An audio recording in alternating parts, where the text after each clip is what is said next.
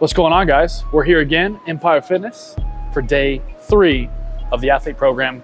Remember, this is weeks 4 through 8. We're gonna do another upper body workout with a little bit of an aerobic circuit at the end to build that aerobic capacity, which you're gonna need on the field, court, wherever you're doing your athletics at. All right, but first, gotta warm up, so let's do it.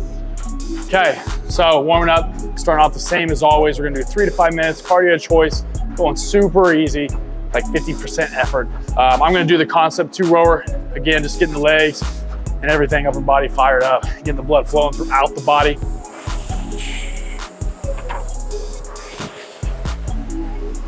I'm gonna mix a push, a pull, and then a little bit of a stability, stabilization exercise to get us all warmed up and rolling through the workout. So the first thing we're gonna do, get them into a push-up position. We call this a scapula push-up. All right, so basically you're locked out, like you're about to do a full-on push-up, but you're just gonna bring the shoulders down and up, okay? So just that scapula. We're gonna do this 10 times. Nice and slow. And just feel this in the upper and middle back.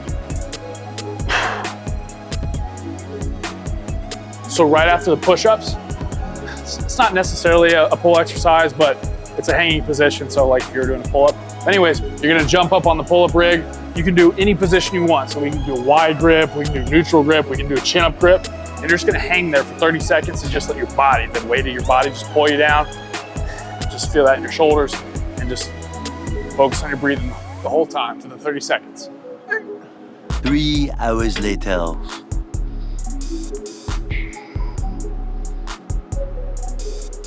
Okay, next, go and grab yourself a kettlebell. Nothing too heavy, moderate weight.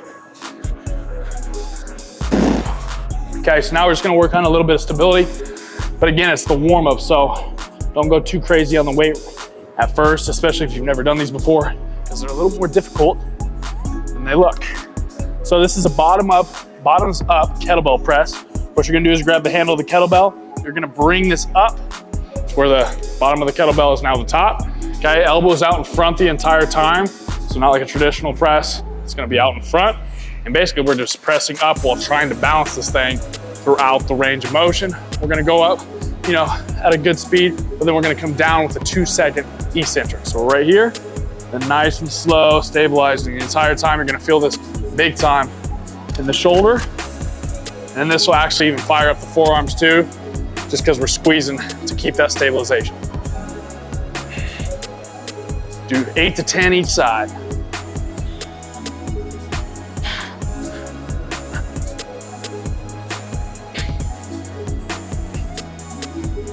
So what I've done here is I've grabbed a couple boxes, okay, a couple rope boxes. You're gonna set them up to where you're not in too narrow of a position in the middle. So we wanna be able to get into a good standard push-up position. And from here, just like a clapping push-up, you're gonna try to get up and off the ground and use these as a catching mechanism, all right? So it's also gonna give you just like, a way to progress as the weeks go by, okay? We don't wanna use our hips or anything, right? You actually wanna be balanced just like in any regular position. So I don't wanna see like people bringing their hips up first and then getting up there. It should be all you from that upper body position, pushing your hands to the ground and getting the whole body up in an even manner, all right? So what you're gonna do is come here, go down, push up, catch yourself, walk yourself back down, and repeat, okay? If the boxes are too low, just grab bigger boxes or you can stack plates on top. If you can't do that, okay? The regression to this exercise is simply to do a plyo push-up without the boxes. So just go as high as you can and then go directly back into the push-up. So it'd be like this.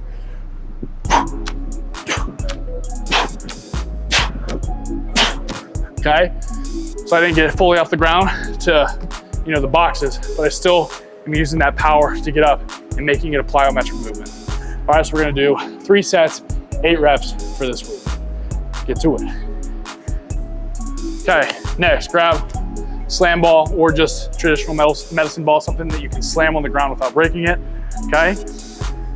Still an upper body plyometric. We're going to do a med ball slam, but we're gonna do it in rotational fashion. So you're working the trunk, rotating it back and forth and getting more of the sides here. Okay, so athletic position, but rather than going straight down on the slam, you're going to rotate and slam to the side, okay? Notice I didn't really turn my feet as I slam, okay? We still want to stay mostly facing forward. You can get a little pivot in the leg opposite of where you're slamming, okay?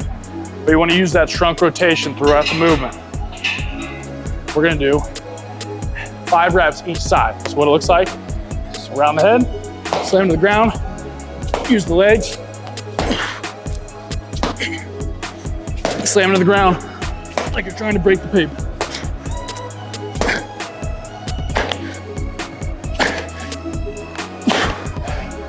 We do both of those back to back in a superset for 3 sets. Plyometrics are done. Now it's time to do some heavy lifting, get to the compound lifts of the day. I should say lift, because we got strict press. 3 sets, 7 reps, set it up. Oh man, retake. Okay, so we got strict press. Okay, so setting up for the strict press. It's basically just like a front rack position, like you're doing a front squat. Okay, so shoulder width with the grip, maybe outside, just a little bit outside. Okay, that bar is resting on your collarbone. Try to get out of the habit of doing this, right, where all the weight's on your wrists. Okay, so it's resting on your collarbone. Feet are about shoulder width, okay? Difference between this and other pressing movements like a push press or a push jerk is there's no leg drive, okay? So it's a strict press. Okay, set up with strict press. So you're gonna grab it just like in a front rack, like you were doing a front squat the other day, okay? So that shoulder width on the hand position, maybe slightly outside. It's resting on our collarbone. Now going over the bar path, we're gonna try to keep this bar as straight as possible on the way up. So what we're gonna do that is by pressing slightly back towards the chin, moving the chin out of the way, head and chest through at the top, okay? And then doing that, the reverse of that on the way down. So move the chin down, back through, okay? No leg drive on the strict press, okay? So it differs from like a push press or a push jerk because you're not getting any leg drive. So squeeze your glutes to keep you locked in place.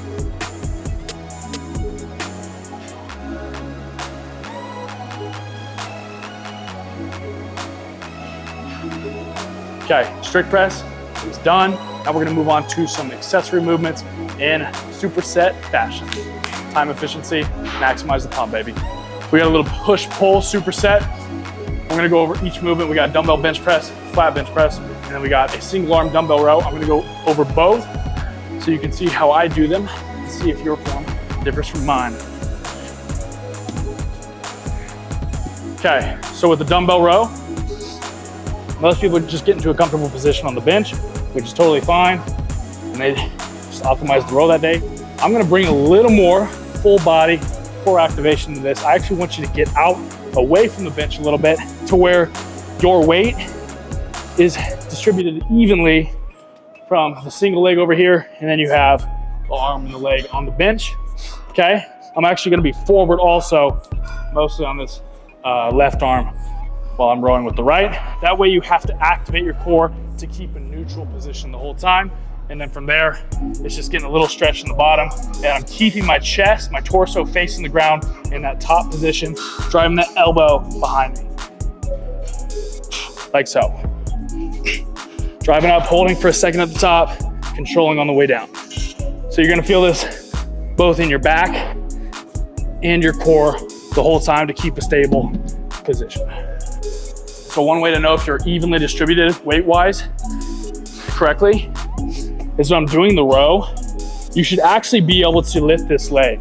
If you're leaning too much on that bench, you won't be able to lift it. But if I'm actually evenly between the leg that's off the bench and the hand, I'll be able to lift this up. Just one way to check yourself. Okay.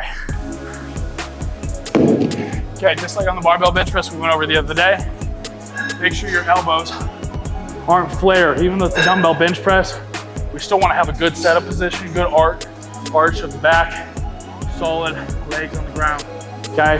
And we want this almost at a 45-degree angle, those elbows. So we don't want too flared, we don't want too tucked, we want to be right in between at 45 degrees, okay? So we're going to relax into it a little bit. And of course, when we're in the top position, squeeze that chest together.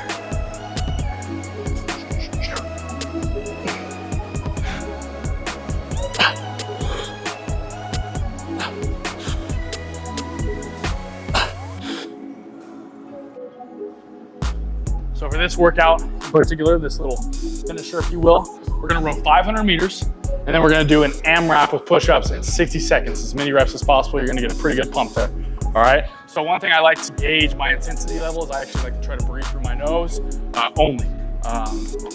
Basically, so I'm not going too hard, getting the heart rate up there, working systems I don't wanna work. We wanna work that aerobic system. So I like to close my mouth, just breathe through the nose. Might have to slow down a little bit, but that's okay for this kind of workout. All right, so let's get it.